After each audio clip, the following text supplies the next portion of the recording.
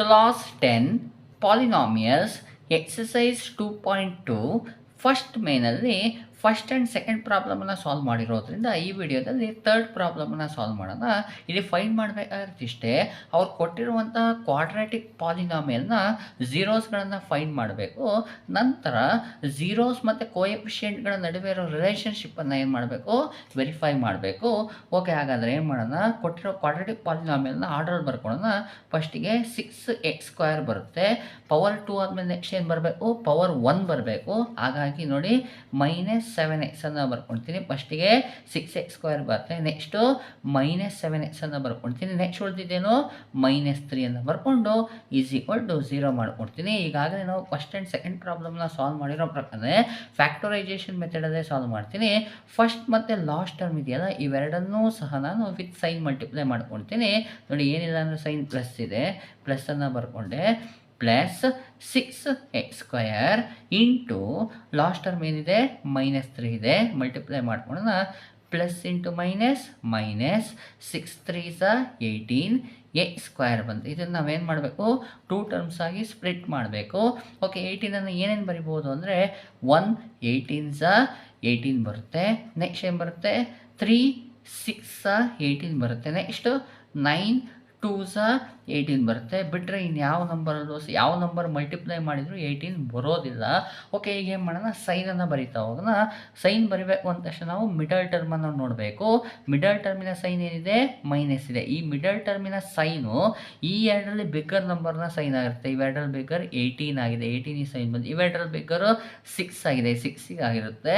ಇವೆರಡರಲ್ಲಿ bigger ಯಾವುದು, 9 ಇದೆ, 9ನ sign minus ಆಗುತ್ತೆ. ಗೊತ್ತಾಯ್ತಾ, ಮಿಡಲ್ ಟರ್ಮಿನ ಸೈನು ಈ ಎರಡರಲ್ಲಿ ಬಿಗ್ಗರ್ ನಂಬರ್ ಯಾವುದಾಗಿರುತ್ತೆ ಅದಕ್ಕೆ ಸೈನ್ ಬರುತ್ತೆ. 18 ಬಿಗ್ಗರ್ ಮೈನಸ್ ಬರುತ್ತೆ, 3 6ಅಲ್ಲಿ 6 ಬಿಗ್ಗರ್ ಮೈನಸ್ ಬರುತ್ತೆ, 9 2 ಅಲ್ಲಿ 9 ಬಿಗ್ಗರ್ ಮೈನಸ್ ಬರ್ಕೊಂಡೆ. ಓಕೆ, ಈಗ ಮೈನಸ್ಸಿಗೆ ಏನನ್ನು ಮಲ್ಟಿಪ್ಲೈ ಮಾಡಿದರೆ ಮೈನಸ್ ಬರುತ್ತೆ, ಮೈನಸ್ಸಿಗೆ ಪ್ಲಸ್ ಮಲ್ಟಿಪ್ಲೈ ಮಾಡಿದರೆ ಮೈನಸ್ ಬರುತ್ತೆ. ಮೈನಸ್ ಇಂಟು ಪ್ಲಸ್ ಮೈನಸ್, ಇಲ್ಲೂ ಅಷ್ಟೇ ಪ್ಲಸ್ ಆಗೋಯ್ತು, ಇದು ಪ್ಲಸ್ ಆಯಿತು. ನೋಡಿ, minus into plus minus, 18 1s 18 ಬಂತು. ಓಕೆ, ಈಗ ಇವೆರಡನ್ನು ಸಿಂಪ್ಲಿಫೈ ಮಾಡಿದರೆ ನನಗೆ ಮಿಡಲ್ ಟರ್ಮ್ ಬರಬೇಕಾಗುತ್ತೆ. ಓಕೆ, ಮೈನಸ್ಸು ಪ್ಲಸ್ ಅಂದರೆ ಸಬ್ಟ್ರಾಕ್ಷನ್ನು. 18ಅಲ್ಲಿ 1 ಹೋದರೆ 17, ಇಲ್ಲಿರೋದು 7. ಹಾಗಾದರೆ ಇದು ಫ್ಯಾಕ್ಟರ್ ಆಗೋದಿಲ್ಲ. ನೆಕ್ಸ್ಟ್ ಪ್ಲಸ್ಸು ಮೈನಸ್ ಇದೆಯಲ್ಲ, ಸಬ್ಟ್ರಾಕ್ಷನ್. 6ಅಲ್ಲಿ 3 ಹೋದರೆ 3 ಬರುತ್ತೆ, ಇಲ್ಲಿ 7 ಇದೆ, ಇದು ಆಗೋದಿಲ್ಲ. ಮೈನಸ್ಸು ಪ್ಲಸ್ ಸಬ್ಟ್ರಾಕ್ಷನ್ನು, 9ಅಲ್ಲಿ 2 ಹೋದರೆ 7. ಹಾಗಾದರೆ ಇದು ನಮ್ಮ ರೈಟ್ ಫ್ಯಾಕ್ಟರ್ಸ್ ಆಗಿರುತ್ತೆ. ಹಾಗಾದರೆ ಇದನ್ನು ಸೆಲೆಕ್ಟ್ ಮಾಡ್ಕೊಳ್ತೀನಿ. ಮಾಡಿಕೊಂಡು ನೋಡಿ, x² ಇದೆಯಲ್ವಾ, ಇದು x ಕೊಡ್ತೀನಿ, ಇದು ಎಕ್ಸನ್ನು ಕೊಡ್ತೀನಿ. ಈಗೇನು ಮಾಡಬೇಕು, ಮಿಡಲ್ ಟರ್ಮನ್ನು ಈ ಎರಡು ಟರ್ಮಿಂದ ರೀಪ್ಲೇಸನ್ನು ಮಾಡಬೇಕು. ಪ್ಲಸ್ 6x² ನೋಡಿ, ಇದರ ಬದಲಿಗೆ ಏನು ಬರಬೇಕು, -9x ಏನಿದೆ ನೆಕ್ಸ್ಟು, ಪ್ಲಸ್ 2x -3 =0 ಆಗಾಯಿತು. 2 ಟರ್ಮ್ಸಿಗೆ ನಂಬರ್ಸನ್ನು ಗ್ರೂಪ್ ಮಾಡ್ತೀನಿ. ಮಾಡಿಕೊಂಡೆ, ಗ್ರೂಪ್ ಮಾಡಿದ್ಮೇಲೆ ಕಾಮನ್ ತೆಗೆದ್ರೆ, ಕಾಮನ್ ಇತ್ತು ಅಂದರೆ ತೆಗಿರಿ. 6 9 ಇದೆ, ಯಾವ ಟೇಬಲಲ್ಲಿ ಬರುತ್ತೆ, 3 ಟೇಬಲ್. 3ಅನ್ನು ಕಾಮನ್ ತೆಗಿಬೋದು. x² ಇದೆ, x ಇದೆ, ಎಕ್ಸನ್ನು ಕಾಮನ್ ತೆಗಿಬೋದು. 3 2s 6 ಬರುತ್ತೆ. x² ಅಲ್ಲಿ x ಬಂದರೆ x ಉಳಿತು, ಮೈನಸ್ಸಿಗೆ ಮೈನಸ್ಸು. 3 3s 9 ಬರುತ್ತೆ, x ಕಾಮನ್ ತೆಗ್ದೀನಿ, ಬ್ರ್ಯಾಕೆಟ್ ಕ್ಲೋಸ್ ಮಾಡ್ತೀನಿ. ಪ್ಲಸ್ ಇದೆ ಅಲ್ವಾ, ಪ್ಲಸ್ ಬರೀತೀನಿ. ಇಲ್ಲಿ 2 ಇದೆ, 3 ಇದೆ, ಏನೋ ನಂಬರ್ ಕಾಮನ್ ಬರುತ್ತೋ, ನಂಬರ್ ಕಾಮನ್ ಬರಲ್ಲ. ಎಕ್ಸ್ ಇದೆ, ಇಲ್ಲಿ ಎಕ್ಸ್ ಇಲ್ಲ, ಎಕ್ಸು ಸಹ ಕಾಮನ್ ಬರಲ್ಲ. ಇಂಥ ಟೈಮಲ್ಲಿ ನಾವು 1ಅನ್ನು ಕಾಮನ್ ತೆಗಿಬೇಕು. 1 ಕಾಮನ್ ತೆಗೆದ್ರೆ 1 2s 2x, ಮೈನಸ್ಸಿಗೆ ಮೈನಸ್, 1 3s 3ನೇ ಬರುತ್ತೆ, =0. ನೋಡಿ, ನಾವು ಮಾಡಿ ಸರಿನಾ ತಪ್ಪು ಅಂತ ಗೊತ್ತಾಗ್ಬಿಡುತ್ತೆ.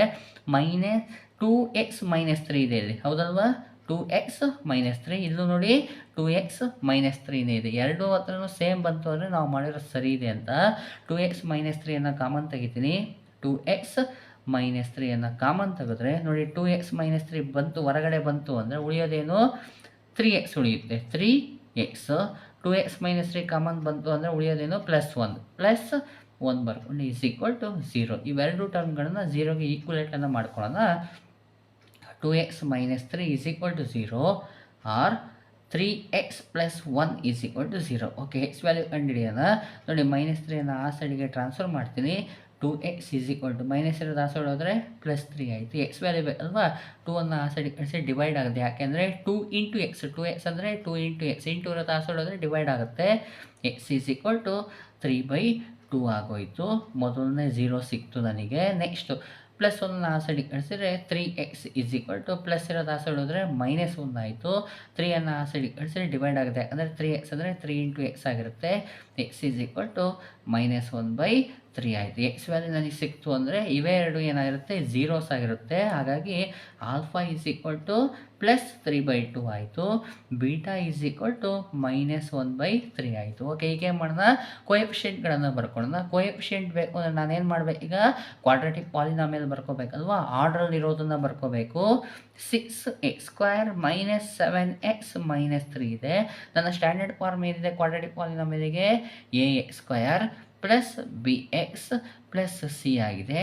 ಓಕೆ, ಈಗ ಇವೆರಡನ್ನ ಕಂಪೇರ್ ಮಾಡಿ a value, B value, C value ಅಂತ ಬರೆಯೋಣ. ನೋಡಿ, ಎ ಪ್ಲೇಸಲ್ಲಿ ಏನಿದೆ +6 ಇದೆ, ಬಿ ಪ್ಲೇಸಲ್ಲಿ ಏನಿದೆ ಅಂತ ನೋಡಿದರೆ -7 ಇದೆ, ಸಿ ಪ್ಲೇಸಲ್ಲಿ ಏನಿದೆ ಅಂತ ಹೇಳಿದರೆ -3 ಇದೆ. ಹಾಗಾದರೆ ಕೋಎಫಿಷಿಯೆಂಟ್ಗಳು ಬಂತು, ಝೀರೋಸ್ಗಳು ಬಂದಿದೆ.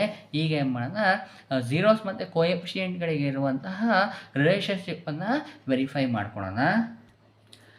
The relationship between the zeros and the coefficients are alpha plus beta is equal to -b/a, alpha into beta is equal to c/a. Okay, ಎರಡು ರಿಲೇಷನ್ಗಳು ಇದೆ. ಇವೆರಡನ್ನೂ ಸಹ ನಾವೇನು ಮಾಡಬೇಕಾಗಿದೆ, ವೆರಿಫೈ ಮಾಡಬೇಕಾಗಿದೆ. ಓಕೆ, ಮೊದಲನೇದನ್ನು ಮಾಡೋಣ. LHS ಅನ್ನು ತೊಗೊಳ್ತಾ ಇದ್ದೀನಿ. LHS ಅಲ್ಲಿ ಏನಿದೆ, ಆಲ್ಫಾ ಪ್ಲಸ್ ಬೀಟಾ ಇದೆ. ಆಲ್ಫಾ ವ್ಯಾಲ್ಯೂ ಎಷ್ಟು, 3/2 ಇದೆ, ಪ್ಲಸ್ ಇದೆ ಮಧ್ಯದಲ್ಲಿ, ಪ್ಲಸ್ ಬರ್ಕೊಳ್ತೀನಿ. ಬೀಟಾ ವ್ಯಾಲ್ಯೂ ಏನಿದೆ, -1/3 ಇದೆ. ಓಕೆ, ನೆಕ್ಸ್ಟ್ ಸ್ಟೆಪ್ಪಲ್ಲಿ ಏನು ಮಾಡೋಣ ಅಂದರೆ 3/2 ಹಾಗೆ ಬರ್ಕೊಳ್ತೀನಿ. ಪ್ಲಸ್ ಇಂಟು ಮೈನಸ್ -1/3 ಇದೆ. ಎರಡು ಫ್ರ್ಯಾಕ್ಷನ್ಗಳು ಇದೆ, ಇದನ್ನು ಸಿಂಪ್ಲಿಫೈ ಮಾಡಬೇಕು. ಡಿನಾಮಿನೇಟರ್ನ ನೋಡ್ತೀನಿ, ಇಲ್ಲಿ 2 ಇದೆ, ಇಲ್ಲಿ 3 ಇದೆ, ಡಿಫ್ರೆಂಟ್ ಇದೆ ಡಿನಾಮಿನೇಟರ್. ಅವಾಗ ಏನು ಮಾಡಬೇಕು, LCM ಅನ್ನು ತೆಗೆದು ಸಾಲ್ವ್ ಮಾಡಬೇಕಾಗುತ್ತೆ. ಓಕೆ, 2 ಮತ್ತು 3ಗೆ LCM 6 ಆಗಿರುತ್ತೆ. ಓಕೆ, ಈಗ ನೋಡಿ, 2 ಇರೋದು 6 ಆಯ್ತಲ್ವ LCM. 2 ಎಷ್ಟೇ 6 ಬರುತ್ತೆ, 2 3s 6 ಬರುತ್ತೆ. ಈ 3 ಮೇಲೆ ಮಲ್ಟಿಪ್ಲೈ ಮಾಡಬೇಕು. ನೆಕ್ಸ್ಟ್ 3 ಎಷ್ಟೇ 6, 3 2s 6 ಬರುತ್ತೆ, ಇಂಟು 2 ಆಗೋಯಿತು. ಈಗ LCM ತೆಗೆದು ಸಾಲ್ವ್ ಮಾಡೋದು ನೀವು ಯಾವ ರೀತಿಯಾಗಿ ಕಲ್ತೀರಿ ಆ ರೀತಿಯಾಗಿ ಸಾಲ್ವ್ ಮಾಡ್ಕೊಳ್ಳಿ. ಓಕೆ, ನ್ಯೂಮರೇಟರ್ ಮಲ್ಟಿಪ್ಲೈ ಮಾಡಬೇಕು. 3 3s 9, ಮೈನಸ್ಗೆ ಮೈನಸ್, 1 2s 2 ಬಂತು. ಓಕೆ, ಮೈನಸ್ ಇರೋದ್ರಿಂದ ಸಾಲ್ವ್ ಮಾಡಬೇಕು. 9ಅಲ್ಲಿ 2 ಹೋದರೆ ಎಷ್ಟು ಬರುತ್ತೆ, 7 ಬರುತ್ತೆ. 9 ಬಿಗ್ಗರ್ ಆಗಿರೋದ್ರಿಂದ ಬಿಗ್ಗರ್ ನಂಬರ್ ಸೈನು ಪ್ಲಸ್ ಇದೆ, +7 / 6 ಬರುತ್ತೆ. ಇದು LHS ಆಯಿತು. ಇದನ್ನು ನಾನು 1 ಅಂತ ತಗೊಳ್ತೀನಿ. ಓಕೆ, RHS ಅನ್ನು ಇಲ್ಲೇ ಸಾಲ್ವ್ ಮಾಡೋಣ. RHS ಈಸ್ ಈಕ್ವಲ್ ಟು ಏನಿದೆ, -b/a ಇದೆ, ಈಸ್ ಈಕ್ವಲ್ ಟು ಮೈನಸ್ಗೆ ಮೈನಸ್ ಬರಿತೀನಿ. ಬಿ ವ್ಯಾಲ್ಯೂ ಏನಿದೆ, ಬಿ ವ್ಯಾಲ್ಯೂ ಇಲ್ಲಿದೆ ನೋಡಿ, ಕೋಎಫಿಷಿಯೆಂಟಲ್ಲಿ ಬಿ ವ್ಯಾಲ್ಯೂ -7 ಇದೆ, -7 / ಎ ವ್ಯಾಲ್ಯೂ ಎಷ್ಟಿದೆ, ಎ ವ್ಯಾಲ್ಯೂ 6 ಇದೆ, 6 ಅನ್ನು ಬರ್ಕೊಳ್ತೀನಿ. ಓಕೆ, ಮೈನಸ್ ಇಂಟು ಮೈನಸ್ +7 / 6 ಆಯಿತು. ಇದು ಸಿಂಪ್ಲಿಫೈ ಮಾಡೋಕ್ಕೆ ಬರೋದಿಲ್ಲ. RHS ಈಸ್ ಈಕ್ವಲ್ ಟು 7/6 ಬಂತು. ಇದನ್ನು ನಾನು 2 ಅಂತ ತೊಗೊಳ್ತೀನಿ. ಈಗ ಏನು ಮಾಡೋಣ, ಫ್ರಮ್ 1 ಆ್ಯಂಡ್ 2, 1 ಮತ್ತು 2 ಅನ್ನು ಏನು ಮಾಡೋಣ, ಕಂಪೇರ್ ಮಾಡಿದರೆ 1ಅಲ್ಲಿ 7/6 ಬಂದಿದೆ, 2ಅಲ್ಲೂ 7/6 ಬಂದಿದೆ. ಎರಡು ಈಕ್ವಲ್ ಆಗಿರೋದ್ರಿಂದ LHS is equal to RHS ಆಗಿದೆ. ಹಾಗಾಗಿ ಇದೇನಾಯಿತು, ವೆರಿಫೈ ಆಗೋಯಿತು. ಓಕೆ, ಇದೇ ರೀತಿ ಏನು ಮಾಡೋಣ, ಇದಕ್ಕೆ ಮಾಡೋಣ. ಓಕೆ, ಇಲ್ಲಿ LHS ಅನ್ನು ತೊಗೊಳ್ತೀನಿ. LHS is equal to alpha into beta ಆಗಿದೆ. ಓಕೆ, ಆಲ್ಫಾ ವ್ಯಾಲ್ಯೂ ಎಷ್ಟು, ಆಲ್ಫಾ ವ್ಯಾಲ್ಯೂ 3/2 ಇದೆ, 3/2 ಇಂಟು ಬೀಟಾ ವ್ಯಾಲ್ಯೂ ಏನಿದೆ, -1/3 ಇದೆ. ಎರಡು ಫ್ರ್ಯಾಕ್ಷನ್ನ ಮಲ್ಟಿಪ್ಲೈ ಮಾಡಿ ಅಂತ ಹೇಳಿದರೆ ಸಿಂಪ್ಲಿಫೈ ಆಗುತ್ತಾ ಅಂತ ನೋಡಿ. ಡಿನಾಮಿನೇಟರಲ್ಲಿ 3 ಇದೆ, ನ್ಯೂಮರೇಟರಲ್ಲಿ 3 ಇದೆ, ಡಿವಿಷನ್ ಆಗೋಗುತ್ತೆ. 3 1s 3, 3 1s 3 ಡಿವೈಡ್ ಆಯಿತು. ಈಗ ಮಲ್ಟಿಪ್ಲೈ ಮಾಡೋಣ. Plus into minus, 1 1s 1 / 2 1s 2 ಬಂತು. ಇದು ಸಿಂಪ್ಲಿಫೈ ಮಾಡೋಕ್ಕೆ ಬರೋಲ್ಲ. LHS ವ್ಯಾಲ್ಯೂ ಏನಾಯಿತು, -1/2. ಇದನ್ನು 1 ಅಂತ ತೊಗೊಳ್ತೀನಿ. ನೆಕ್ಸ್ಟ್ RHS ಅನ್ನು ತೊಗೊಳ್ಳೋಣ. RHS ಅಂದರೆ C/A ಆಗಿರುತ್ತೆ. ಓಕೆ, ಸಿ ವ್ಯಾಲ್ಯೂ ಏನಿದೆ, ಸಿ ವ್ಯಾಲ್ಯೂ -3 ಇದೆ, -3 / ಎ ವ್ಯಾಲ್ಯೂ ಎಷ್ಟಿದೆ, ಎ ವ್ಯಾಲ್ಯೂ 6 ಇದೆ, 6 ಅನ್ನು ಬರ್ಕೊಳ್ತೀನಿ. ಓಕೆ, ಡಿವೈಡ್ ಆಗುತ್ತೆ ನೋಡಿ. 3 1s 3, 3 2s 6 is equal to -1/2 ಉಳ್ಕೊಳ್ತು. RHSನ ವ್ಯಾಲ್ಯೂ -1/2. ಇದನ್ನು ನಾನು 2 ಅಂತ ತೊಗೊಳ್ತೀನಿ. ಈಗ ಏನು ಮಾಡೋಣ, ಫ್ರಮ್ 1 ಆ್ಯಂಡ್ 2 1 ಮತ್ತು 2 ಕಂಪೇರ್ ಮಾಡಿದರೆ 1ಅಲ್ಲಿ -1/2 ಬಂದಿದೆ, 2ಅಲ್ಲಿ -1/2 ಬಂದಿದೆ. ಎರಡರಲ್ಲೂ ಸೇಮ್ ಬಂದಿರೋದ್ರಿಂದ LHS RHS ಆಗಿದೆ. ಈ ರೀತಿಯಾಗಿ ನಾವೇನು ಮಾಡಬೇಕು, ಈ ಎರಡೂ ರಿಲೇಷನ್ಗಳನ್ನು ವೆರಿಫೈ ಮಾಡ್ಕೋಬೇಕಾಗತ್ತೆ.